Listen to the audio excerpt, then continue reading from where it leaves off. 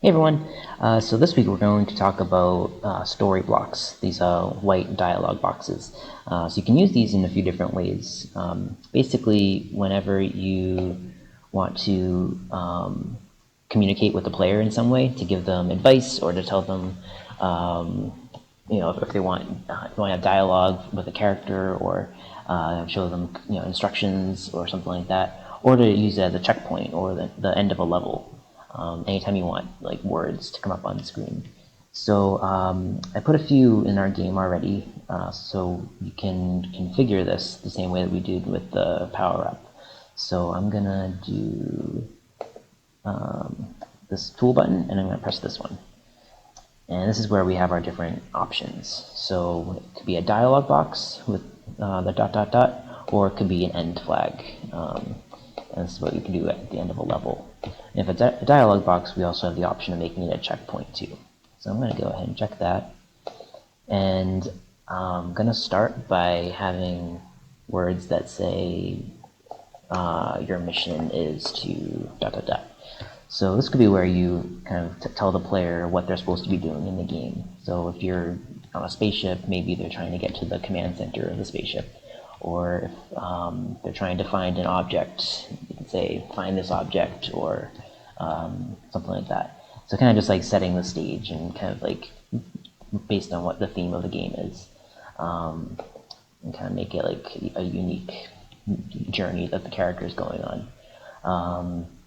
And there's only so many words that you can fit in each box, so you can keep adding after if you want. So I'm also going to do instructions, so the player knows how to play the game, like what keys on the keyboard they need to use and stuff like that. So guys, move, arrow keys, pick objects up,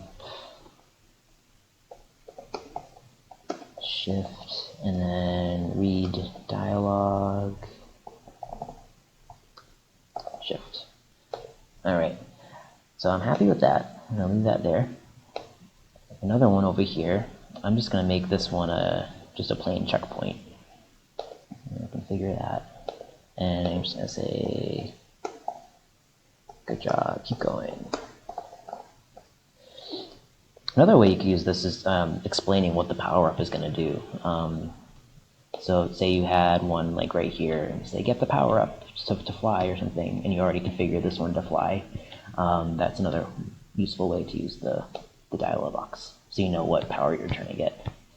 Because you might decide, like, that power up is in a dangerous spot, and I don't want to risk it if I know that I don't need that power. You can also make just like any other block, you can make the story blocks look a certain way. Especially if it's a dialogue box, you might want it to look like a character. So I already made a little wizard character.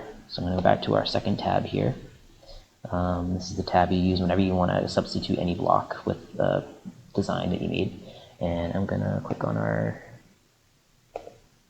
little wizard guy, and then I'm going to click this box right here. So that's still coded as a white square. So it's still a story block. So it's important to put the white block down first and then change it to how we want it to look. And then we can go back to configure.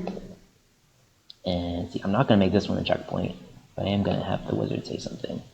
So it could say, find the magic ruby, or something like that. So this could be where you, beware of the vampires or something. So this is where the character could give advice, or to kind of like give the player information that they don't already have, but will help them to defeat the level. So you kind of use your imagination about what that is. Also depending on the story that you're telling, because you're kind of adding a new character here. And then finally, we can do an end flag for the end of the game. So I'm going to actually do that one, and I'm going to make the graphics look different ways. So I'm going to keep the little trumpet things. Cool. All right, so let's test it out. I'll put it back at the beginning. Go to that test. Now you see the little check, this is the checkpoint, and then the dot dot dot, because it's a dialogue. So when you cross the checkpoint, it becomes green, and then to read it, you press shift. So this is the first one. You can read that one, and then you just keep pressing shift until the end. So now the player knows what it has to do. I'll go through here.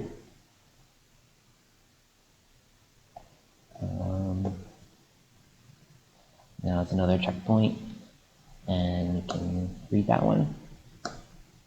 Good job. Then you get close to the wizard guy, and he's also trying to say something, so you press shift to listen to him.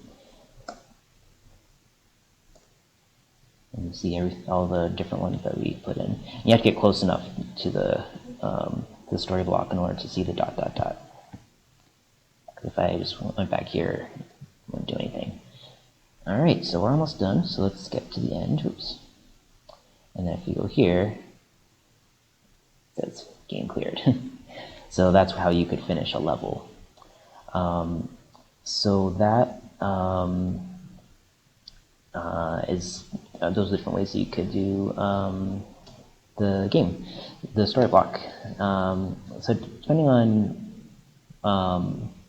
what you are trying to tell the player, you can use it in different ways. So this week, start to think about how you want to, what story and what theme you're telling with your game. Because every game has a reason for the player to be getting where they're going. They have a destination, and it's the reason why they're facing all these obstacles to begin with.